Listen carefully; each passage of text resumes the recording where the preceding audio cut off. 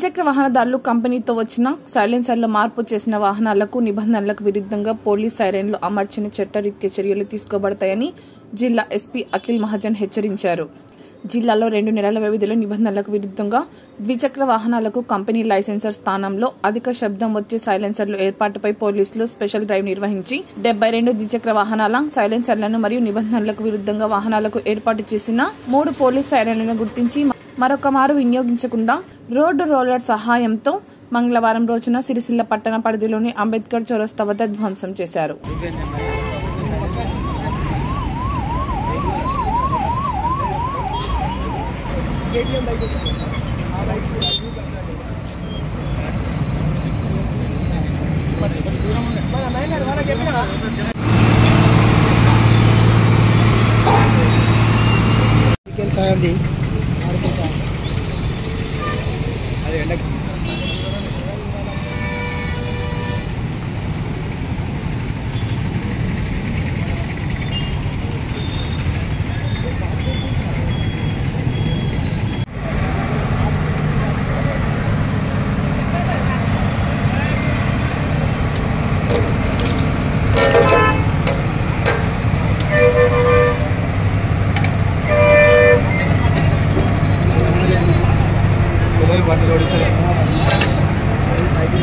కొన్ని 1-2 నెలల్లో మన జిల్లాలో ఒక స్పెషల్ డ్రైవ్ పెట్టాము.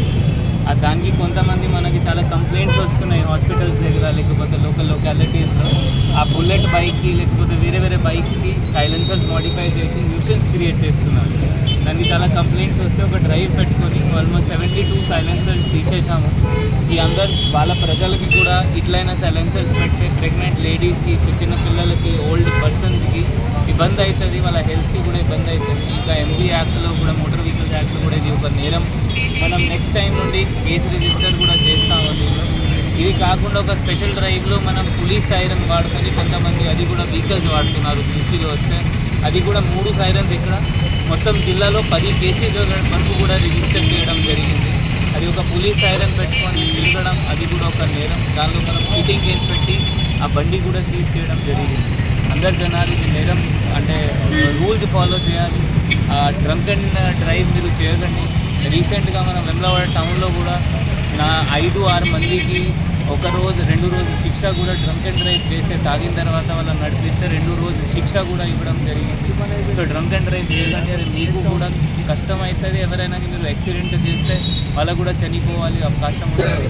సో దయచేసి మీరు MB act, motor vehicle act rules follow చేయండి. Thank you.